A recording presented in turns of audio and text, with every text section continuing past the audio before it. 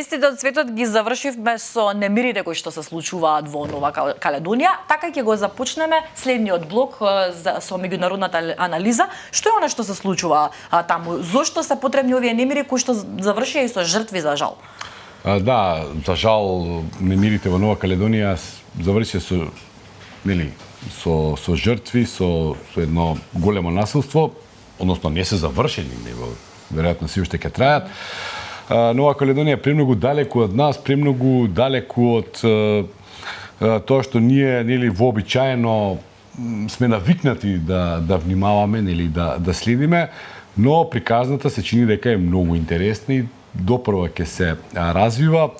Андоновиќ, Нова Каледонија, тоа што јас го прочитав утринава, францускиот министер за внатрешни работи обвини Русија, но и го обвини и раководството на Азербејџан за мешање во и потикнување на тие протести во Нова Каледонија. Тоа е значи нели само она дел од неговата изјава. Тука има уште многу што да се говори за оваа француска колонија во тој полинезиски дел во Пацификот. Вела дека Русија прво успеа французите да ги избрка од Африка со Вагнер, а сега нели полека да ја уништи цело и оние последни колонијални остатоци од некогашната слава на Франција да и ги на некој начин да и ги одземе.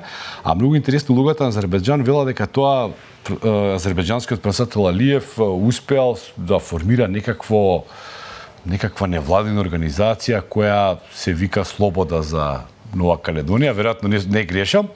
И па дури во Баку, во главниот град на Азербејџан, многу често може да видите луѓе кои што носат такви маички со такво лого. Азербејџан е нели под директно турско влијание, би рекол, на Анкара и на Ердогана. Знаеме дека изминативе... Ама има и врски со Москва, добри. Не, има големи врски со Москва, но и да нема врски со Москва, затоа сакам да одвојам таа работа. Турција и Франција многу одамна немаат баш добри односи пред Ердоган да дојде на власт. Тоа е друга приказна. Пред да им кажеме на гледачите да не испадне дека сме несериозни, па сега што Нова Каледонија кај им текна и така тоа. Таму има протести и тоа беше вест кој изминативе денови се движеше, но денеска ќе ја коментираме затоа што има поврзано со сите овие случувања кои се случуваат. Русија, Украина, Израел, Кина, Тајван.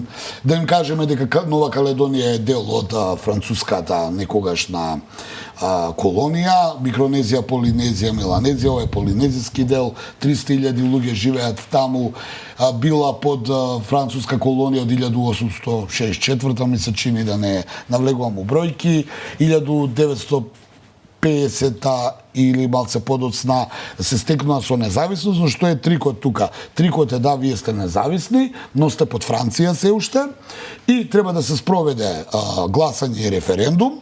Ако изгласате референдум, на референдум дека ќе бидете независни од Франција, ќе си бидете независни. Францускиот парламент неодамна усвои еден закон со кој француските доселеници кои живеат 10 години, значи од Франција ако отидете као граѓанин и живеете 10 години во Нова Каледонија, имате право да гласате.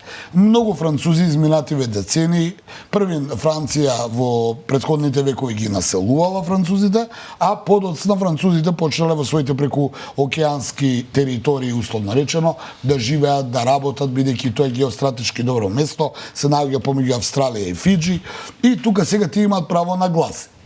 Тамошното домородачко племе Канак се залага за независност на Нова Каледонија, околу 300.000 живеат таму, но сега ќе бидат надгласани, бидејќи новиве французи, нормално ти ко француски државјанин, ако живееш на Нова Каледонија, сакаш и понатаму таа да е во рамките на француската на некој начин држава, и си послуваат, си прават бизнеси, додека домородците таму нели се на работна, како што мислам и секогаш е, на работна екзистенција. Тоа племе се вика Канак, ли се чини, и тие ги прават всушност овие протести.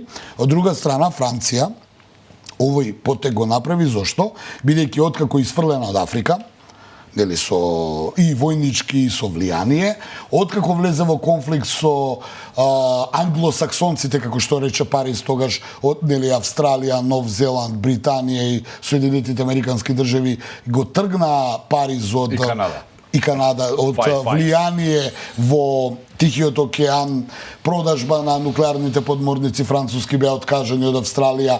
Тука се геостратешки важни поморските патишта.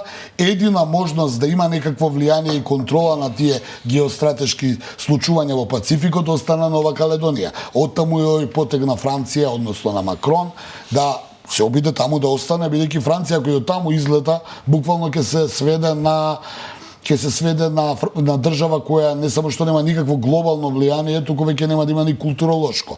И тука се овие протести и судири. Сега, обвинете Русија, обвинети се САД. Макрон вчера ја задолжи владата да проба со ова племе домородно. Но има и ресурси многу на Нова Каледонија. Многу ресурси има, минерали има, но повторно ќе кажам, важни се геостратешките патишта, бидејќи, знаеш, ако дојде до тој конфликт кој се поизвестно е дека ќе дојде во тој дел од светот, зошто? Поради ресурси. Значи на далечниот исток. На далечниот исток Франција нема да може да има никакво влијание. Овака геостратешките патишта поминуваат од таму. Ќе мора и Париз да се праша. Ќе ги потсетам луѓето кои ги интересирала историја, а ти исто добро ја знаеш, дека 1945 година, кога се подпишуваше на оној брод Мисури, ми се чини, не се сеќавам добро, примирието или мирот со Јапонија, односно јапонската капитулација, тогаш во тоа подпишување покрај САД и САД и Јапонија подпиша представник на Британија, представник на Франција и представник на Холандија. Тоа се државите кои денеска, иако мали или големи, сите тие имаат некакви своји бивши колонии кои со некакви финти се направени, да, они се независни, ама за да бидат независни скроз мора де факто колонии се, да го кажеме тоа сега да не ги зборуваме што има Холандија, ми се чини само Португалија и Шпанија веќе ги немаат од поранешните колонија како колонија. Холандија ги зачува своите Антили, таму Куракао и уште две територии. Суринам и од каде што црпат па шеќери, трски, значи имаат ресурси. Работна сила, значи ова е неоколонијализмот, влијанието, а Франција има особен проблем што полека изфрлена од сите страни, значи она е од страната на НАТО, ама внатре во НАТО не е кој што треба односот, односно со англосаксонскиот дел на НАТО, од друга страна со русите се во судир и поради ресурси во Африка знаеме како заврши целата приказна. Русите се речи си во огнен судир, значи. Они се на судири, имаат и директни судири, имало меѓу француската легија на странци и Вагнер. Руската легија на странци. Па да, паравојските, знаеш, меѓутоа тоа е судир, оттаму и оние најави на Макрон ке праќал војска во Украина. Тоа е све да се обиде Париз да се задржи глобално геостратешки и да докажам. Париз го има тоа, мора тоа да го направи, бидејќи нема да остане биде земја членка во Советот за безбедност да влие врз глобалните процеси ако нема глобални позиции каде што може да ги контролира геостратегиите. Така да ова со Нова Каледонија колку и на момент да изгледа што сега овие зборат, а кај е тоа и што ми е мене гајле, сето тоа има на некој начин мали последици од глобалниве влијанија. Ти постојано кажуваш дека ова е глобален судир. Па глобален судир е, нема точка во светот кај што не влија. Да, веројатно има и други точки во светот за кои не сме свесни. Има, ама не пренесуваат медиумите, знаеш. Не пренесуваат и кога ќе пренесат некоја ситница, знаеш, еве ги гледам сега како пренесуваат медиумите кај нас. Ова што се случи со словачкиот премиер, Фицо. Сега, ова е најава за серија на атентати. Не знам од каде таква констатација на медиумиве кои ги сметаме дека се сериозни, не би ги именувал да не се разбереме погрешно. Зошто сега тоа? Серија атентати во како Европа. Да се заразни атентати. Во Европа. И онда се налепуваат сега кој е следниот, знаеш. Да. И тоа е некој дефокус кој нема крај, дали тоа заразно се, еден ако убијат сите ќе ги убиваат. Еден педофил ако се најде сите има педофили. Знаеш, и тоа е она како го викаат, атентатот не е заразен, кој не е литература збор, замешателство, цело да те направи у конфузија и да не можеш да ги следиш вистинските вести, туку да следиш нешто што е фикција и која ќе се заборави за 3 дена, па за 8 дена пак ќе ја врата ту друга светло. Не знам дали еден има масовен убиец, од едношка сегде масовни убийци. Ме разбираш? Да. И затоа тоа е тој каламбур на информации кои ни прави на сите нас да не бидеме информирани како што треба или да правиме грешки во информирањето. Добро, значи мислам дека има некакви нови информации околу корејскиот полуостров, нели таму малку се засилува риториката. Оружје практично. Север-југ. Јас повторно ќе кажам, иако сум досаден со таа приказна, Северна Кореја уште 2001 или 2 беше ставена во листата земји од оската на злото. Ирак, Иран и Северна Кореја. Ирак знаеме како заврши, со Иран се тука ладно топло известувавме што се случува. Северна Кореја е константен проблем во контекст со Нова Каледонија, Пацифик и сето тоа таму. Добро знаеме дека таму има една коалиција на САД, предводена од САД, но таму се Австралија, пак Велика Британија, нели? Но тука се и Јапонија и Јужна Кореја. Можеби и Филипини. Не можеби, него Филипините се смета дека ќе бидат главниот удар, бидејќи Јапонија се уште е под санкции од прошлата војна, како што и Германија во Европа, па се форсира Полска и сега ако во Европа се форсира Полска кон Украина, кон Северна Кореја ми се чини и кон Кина, ми се чини дека се форсираат Филипините, нели се гледа број на жители, начинот на односот кон соседот и војната сила подоцна. Филипините имаат 100 милиони луѓе. Значи тоа не е, а Северна Кореја има 25 милиони. Помалите азиски земји. Да, 25 милиони има само.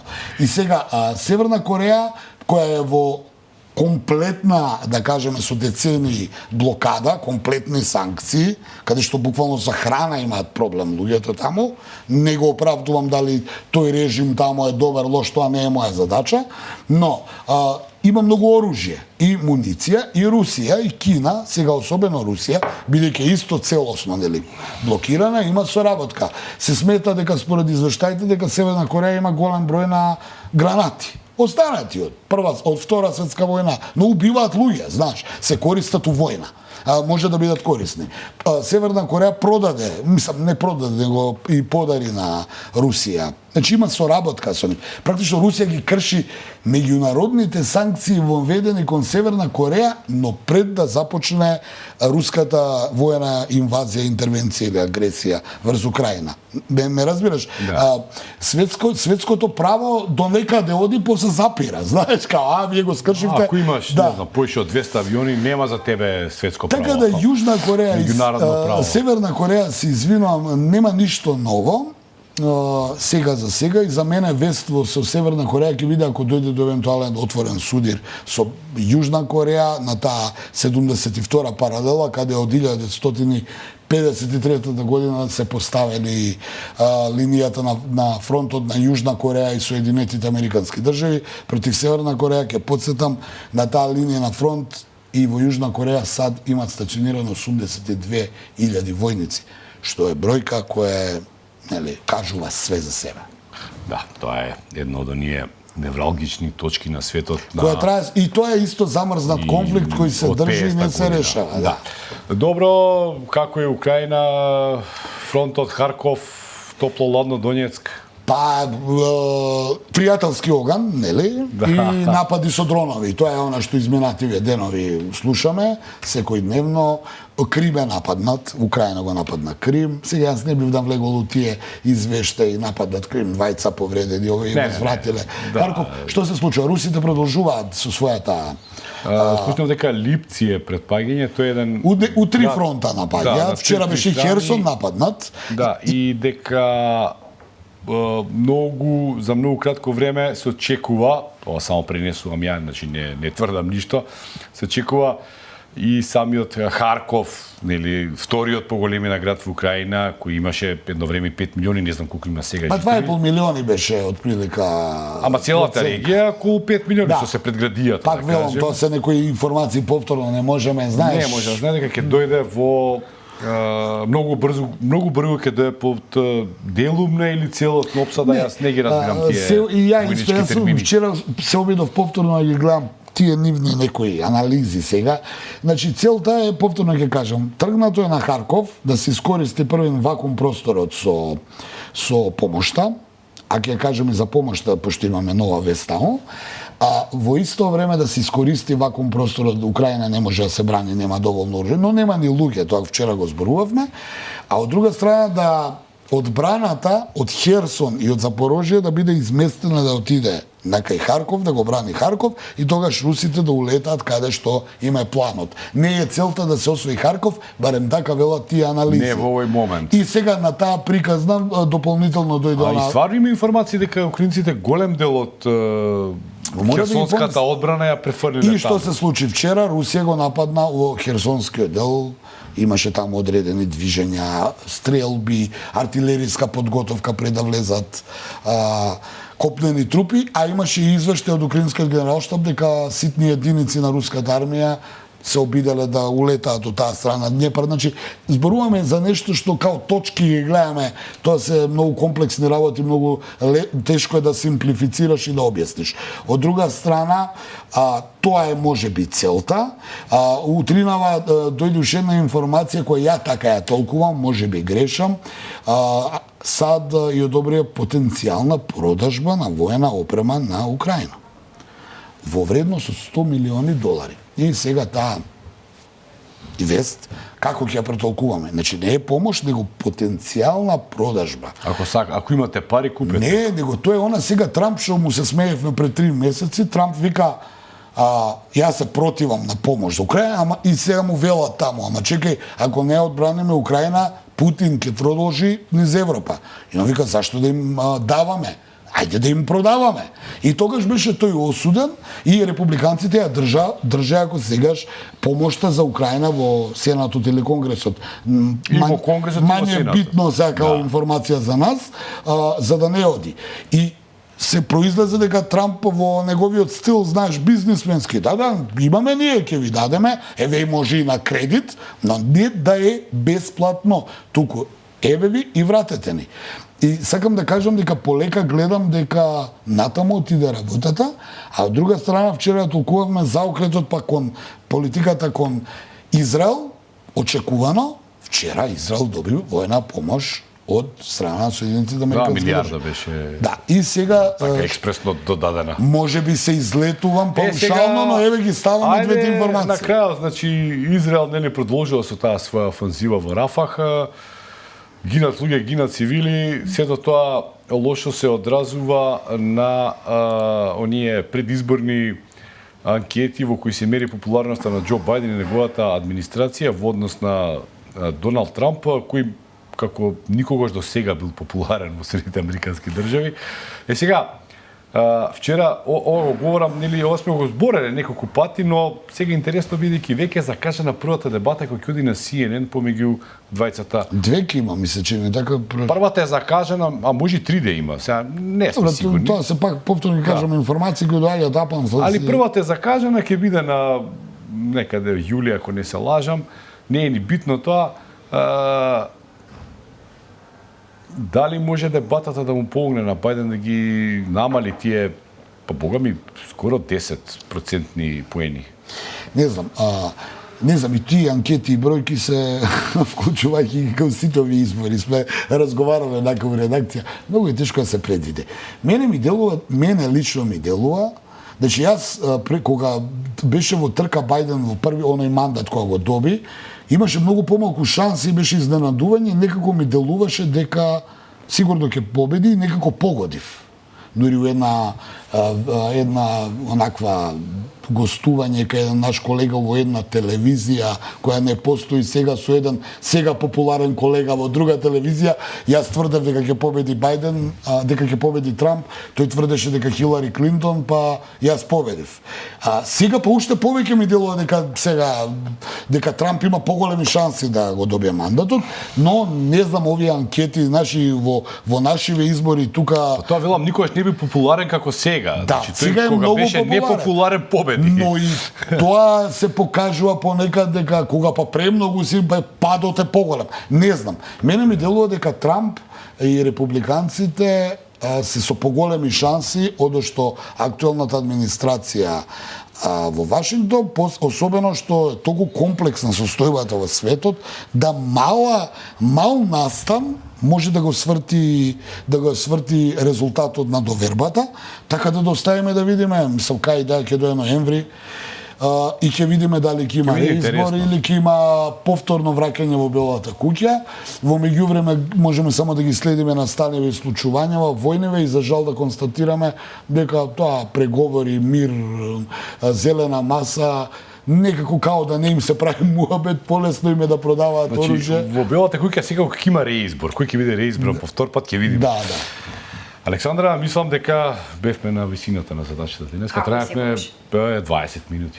Како и секогаш, задоволство е да ве слуша човек. Верувам дека и гледачите кои што се рано утринава заедно со нас го делат ова мислење.